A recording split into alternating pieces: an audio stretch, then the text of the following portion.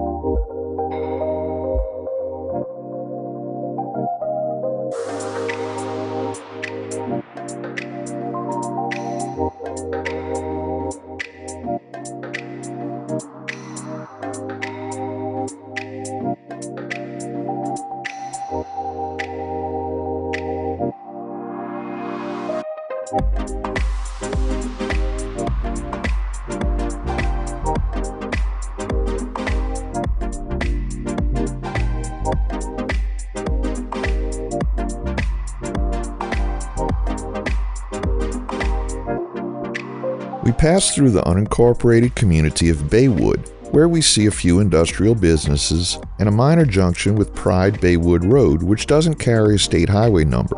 There may be a little more to see down that road, which connects Baywood with the community of Pride 7 miles away. Down that road is Baywood Park, operated by Baton Rouge Breck Parks and Recreation, featuring a lighted baseball field, a basketball court, tennis courts, and a playground.